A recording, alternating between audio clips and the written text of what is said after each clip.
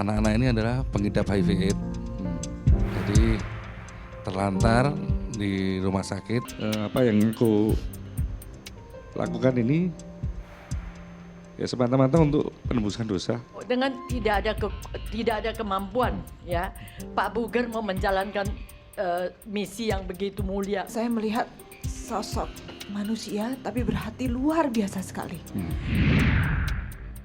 Saya ingin tandu yang duduk dan langsung yang jadi. Tidak susah-susah pasan kalau ada yang ibu mau melahirkan.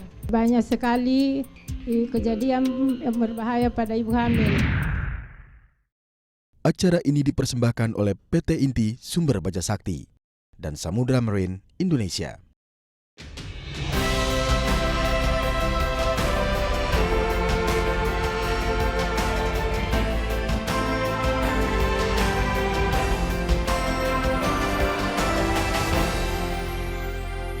Ya, selamat malam dan selamat datang di program yang akan mewujudkan mimpi dari mereka yang terus berjuang demi orang-orang terkasih. Betul sekali, dan malam hari ini seperti biasa saya Ferdi Hasan dan Raden Madlias akan menemani Anda, di mana kami akan menghadirkan dua pejuang mimpi yang akan berupaya untuk mewujudkan mimpi mereka. Dan inilah dia Mimpi Jadi Nyata. Apakah mimpi mereka akan terwujud atau tidaknya? Tentunya ini akan tergantung dari para bintang tamu sponsor dan juga bintang tamu kita. Yang pertama ada Ibu Chang Ervina Luciana dari King Roller. Selamat malam dan juga selamat datang. Berikutnya ada Ibu Lim Yani Rosyati dari Samudra Marine Indonesia. Selamat malam dan juga selamat datang. Dan juga ada Ibu Rina Chiang dari Social Club. Selamat malam juga selamat datang. Boleh kita berikan tepuk tangan untuk mereka? Ya, selain juri sponsor, di sebelah kanan kita juga sudah ada para bintang tamu yang tentunya akan membantu para juri sponsor untuk menentukan mimpi siapa yang layak untuk diwujudkan. Ada Tia Ariestia, boleh kita berikan tepuk tangan. Ada Hilbram Dunar, ada Anya Dwinov, boleh kita berikan tepuk tangan untuk para bintang tamu kita. Selamat datang semuanya, selamat malam. Baik, demikian tadi para juri sponsor dan juga juri tamu kita malam hari ini, Matt. Betul. Dan segera saja kita panggilkan langsung. Inilah dia pejuang mimpi kita yang pertama, Bapak Puger. Selamat datang, Pak.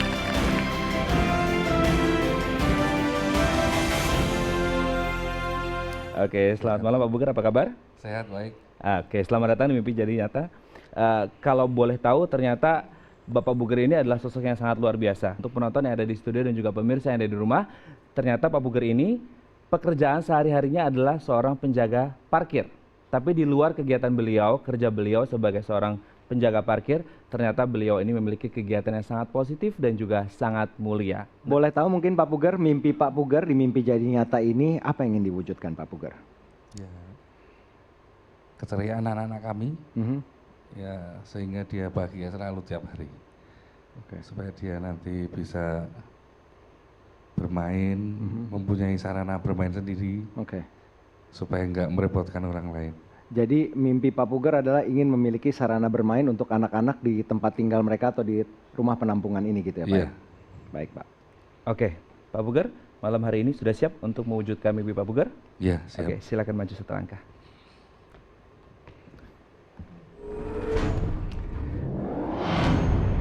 Baik, sebelumnya bagaimana kalau kita berikan tepuk tangan yang luar biasa untuk Pak Puger. Sosok yang mudah-mudahan bisa menjadi inspirasi untuk kita semua. Pak Puger, sebelum kita menggali lebih dalam, saya ingin mengetahui ada berapa anak yang saat ini tinggal di tempat penampungan Pak Puger? Sampai hari ini 36 anak. 36 anak. Ya. Kalau boleh tahu usia berapa sampai dengan usia berapa Pak yang saat ini tinggal di tempat Bapak? Ini yang paling kecil sudah 13 hari ini, yang paling besar 15 tahun. Mohon maaf, yang paling kecil umur? 13 hari. 13 hari. Ya. Sampai yang paling besar usia? 15 tahun. 15 tahun. Boleh tahu Pak, Iya. siapa mereka ini Pak? Ya aku juga nggak kenal. Maksudnya mereka ini kebanyakan adalah? Anak-anak ini adalah pengidap HIV/AIDS. Jadi terlantar di rumah sakit ataupun ditelantarkan oleh familinya. Mereka nggak ada yang mau merawat lah. Akhirnya dirujuk ke kami, baik dari rumah sakit maupun dari panti asuhan yang lain. Ya. Dan kebanyakan orang tua mereka juga sudah tidak ada begitu ya. Jadi Ya, mereka mereka yatim piatu bisa dikatakan yatim demikian. piatu. Dan selama merawat anak-anak ini Bapak sudah menjalani berapa lama Pak? Udah hampir 8 tahun. Sudah hampir 8 tahun. Saya ingin menggali lebih dalam dari yang pertama tuh Pak. Waktu pertama kali Bapak merawat anak yang pertama 8 tahun yang lalu, bagaimana ceritanya itu Pak? Ya itu secara spontan ya. Mungkin Tuhan yang ngasih jalan.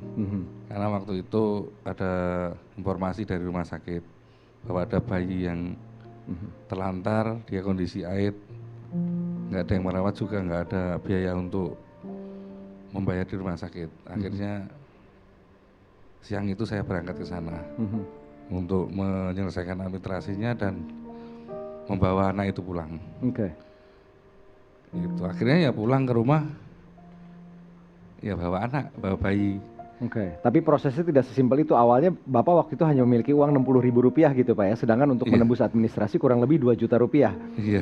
Bapak mengumpulkan uang terlebih dahulu gitu ya. Iya, saya utang dulu. Utang dulu. Utang dulu di rumah sakit. Untuk demi menebus anak tersebut. Ya nanti tiap hari biar ditagih gitu. Oke. Lalu setelah itu sampai akhirnya Bapak bawa pulang, bagaimana respons istri di rumah waktu itu Pak? Ya marah. Kan ini bayi siapa? Katanya Iya, kan punya anak lagi, jangan-jangan dikira kamu ya gitu. saya pun perempuan lagi lah. Iya. Ya akhirnya kita sadarkan bahwa anak ini udah nggak punya orang tua, dia kondisi sakit. Ya mau nggak mau harus kita rawat. Ya. Ya untuk mengkondisikan istri ya butuh waktu. Ya.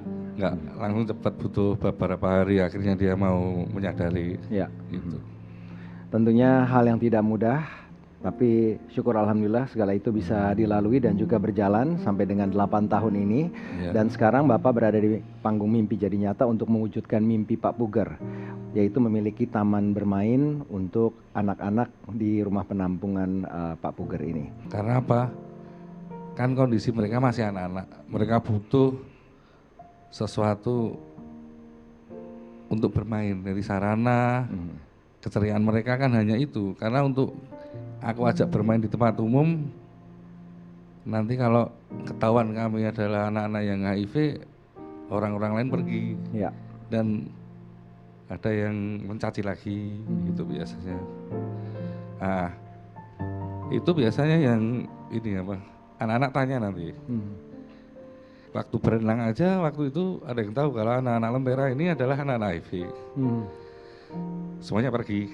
Ya. Akhirnya kami berenang sendiri. Ya akhirnya kami harus pulang juga. Ya. Karena nggak mau lah kesenangan anak-anakku membuat anak-anak yang lain pada rugi lah. Akhirnya ya kita pulang aja deh.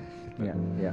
Waktu dibawa ke rumah istri kan sempat ada penolakan gitu ya. Wajar ya seorang istri melihat bayi dibawa ke rumah gitu. Ini bayi siapa gitu.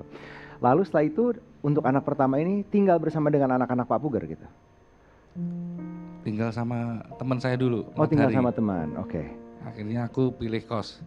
Pilih kos. Ya, Oke. sama bayi itu. Ya. Oh, jadi Bapak akhirnya pilih untuk merawat bayi ini dan memilih untuk tinggal di kos. Iya, Oke, selama berapa lama itu Pak? 2 bulan. 2 bulan. Lalu setelah itu akhirnya istri mulai menerima begitu Pak Iya. ya? Baik anak kedua atau bayi kedua berapa lama berselang setelah itu Pak? Mulai awal Januari kami mulai ngontrak rumah. Kontrak rumah itu karena nggak punya uang ya jual motor Oke. buat kontrak rumah Masya sama Allah. bayi itu. Oke. Akhirnya anak kedua datang lagi, ketiga datang lagi sampai 17 anak. Sampai 17 anak. Rumah singgah ini kan adalah rumah keempat ya Pak ya? Ya, Dan ini adalah dukungan dari pemerintah daerah. ya. Sebelumnya Bapak 3 kali pindah-pindah rumah gitu ya, mendapatkan penolakan sampai akhirnya pindah gitu.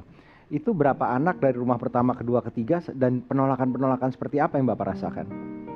Ya waktu di kontrakan yang pertama itu ke-17 anak itu waktu itu ketahuan di masyarakat kalau aku merawat anak-anak HIV, akhirnya Bu RT sama Bu RW Pak Lurah itu nggak boleh.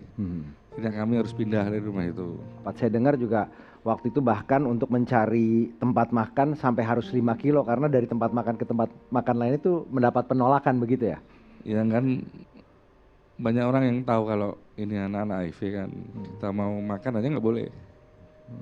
Jadi harus jalan terus sampai lama kan, akhirnya ada yang ketemu teman yang jualan, akhirnya boleh makan di situ. Ya.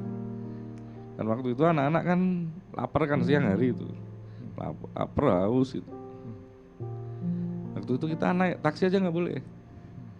Jadi mau pulang itu harus ya nunggu aku cari sewa mobil dulu baru bisa pulang. Ya. Karena naik bis juga nggak boleh, Ya. harus turun itu. Akhirnya juga ya kita diem aja di pinggir jalan. Insya Allah. Akhirnya masuk televisi. Waktu itu ikut diliput di media kan. Akhirnya ketemu Bu Menteri waktu itu. Akhirnya Dari situlah dari awalnya. situlah awalnya para donatur datang. Akhirnya kita ditanya waktu 2017. Awal itu apa yang bisa aku bantu Mas Bugar? Ya kasih tempat aja Bu. Dan akhirnya Ibu Menteri, Akhirnya Ibu Khofifah ya waktu Iya. itu ya, memberikan tempat atau rumah singgah yang sampai dengan saat ini ditinggali Iya. oleh anak-anak tersebut. Hati malaikat Pak Pugar ini tentunya tidak datang begitu saja. Pak Pugar juga memiliki pengalaman atau masa lalu yang kurang baik gitu ya. Pak Pugar ini sekedar, mohon maaf ya Pak ya, menginformasikan ke pemirsa, dulunya mantan preman di Jakarta. Sampai akhirnya kembali ke Solo, menjadi penjaga parkir, dan hal positif atau hal baik ini yang beliau lakukan untuk anak-anak dengan pengidap HIV AIDS. Mungkin bisa diceritakan Pak, kilas balik sedikit, titik balik Pak Pugar sampai akhirnya meninggalkan masa-masa preman di Jakarta dan akhirnya malah berbuat baik untuk banyak orang ini Pak. Ya mungkin sudah panggilan Tuhan, mungkin saya harus pulang ke tempat kelahiran. Waktu itu memang di banyak tempat di Jakarta, di Cibinong, di Pasar Induk, di Melawai, terakhir di Tanah Abang. Tahun 2006 saya masih di Tanah Abang di Blok A. Akhirnya teman ada yang ngabari saya kalau saya harus pulang karena untuk membantu teman-teman yang di Solo yang terkena virus HIV yang karena dia pecandu narkoba suntik.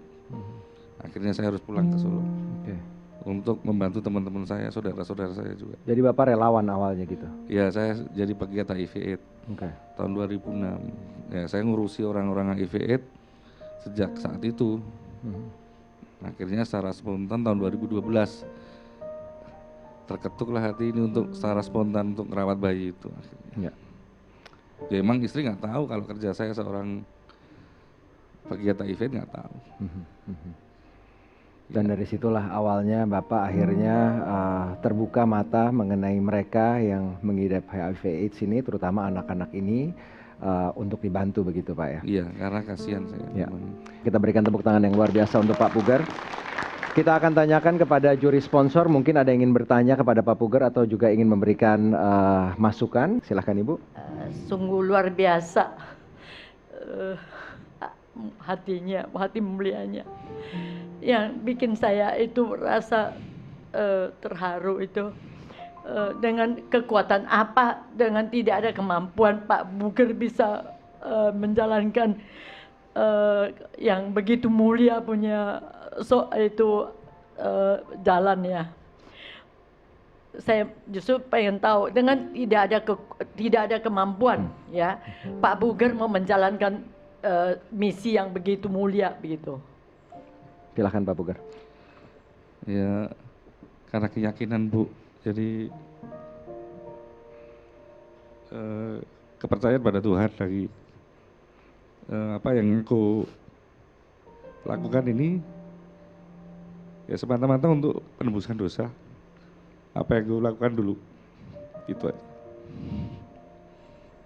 Yakin saya punya Tuhan, Dia bisa bantu, gitu aja. Amin. Kita doakan dan kita berikan tepuk tangan yang luar biasa untuk Pak Pugar. Insya Allah Pak Pugar. Ada yang lagi mau ditambahkan Bu Lucy? Atau ada yang mau menambahkan yang lainnya? Kami persilahkan. Selamat malam Pak Pugar. Iya Bu. Kisah Pak Pugar ini sungguh sangat menginspirasi saya. Dan Pak Pugar tidak mudah untuk membimbing anak-anak dengan HIV. Tapi Pak Pugar tetap semangat menjalaninya. Dan saya percaya kalau Tuhan sedang membuat suatu karya besar buat Pak Pugar. bersiaplah untuk menerima berkat-berkatnya. Kita berikan tepuk tangan untuk para juri sponsor. Terima kasih banyak. Sekarang kita ke juri tamu. Selamat malam Pak Pugar. Dalam Dari sekian kali saya datang ke Mimpi Jadi Nyata, ini salah satu yang paling berat. Karena saya melihat sosok manusia tapi berhati luar biasa sekali. Terima kasih sudah ada di dunia ini untuk mereka. Sebenarnya semua pertanyaan sudah terisi. Tapi saya jadi ingin ada satu pesan yang mungkin bisa disampaikan melalui acara malam hari ini. Adalah pesan yang bisa Pak Pugar sampaikan kepada para orang tua yang sudah menelantarkan mereka. Setelah saya mendengar jumlahnya, saya kaget. Sekian banyak ya. Manusia dewasa yang tidak memiliki rasa tanggung jawab, yang tidak bisa berpikir panjang di dunia ini, sampai harus membebani manusia lain. Bersyukur ada Pak Pugar di sini. Apa Pak pesan yang mungkin Bapak bisa sampaikan kepada manusia di luar sana? Mungkin orang tua para anak-anak ini tanpa mereka sadari mereka adalah orang tuanya. Adakah pesan yang ingin Bapak sampaikan? ya buat semua family maupun saudara kerabat semuanya, ya kalau kalian belum bisa menerima anak-anak ini, sebaiknya kalian juga belajar tentang merawat anak-anak ini supaya nanti anak-anak ini bisa kembali ke keluarganya. Bagaimanapun kami hanya merawat sementara. Lebih baik mereka di keluarga. Ya, seperti itu. Oke. Terima kasih banyak. Kita berikan tepuk tangan sekali lagi untuk Pak Pugar. Sangat menginspirasi sekali. Jadi jangan pernah menilai orang dari sisi luarnya, sisi kelam Pak Pugar. Sekarang bisa menjadi sisi yang begitu banyak manfaat untuk banyak orang. Dan kita harapkan mimpi Pak Pugar bisa menjadi kenyataan. Jangan kemana-mana, tetaplah bersama kami di Mimpi Jadi Nyata.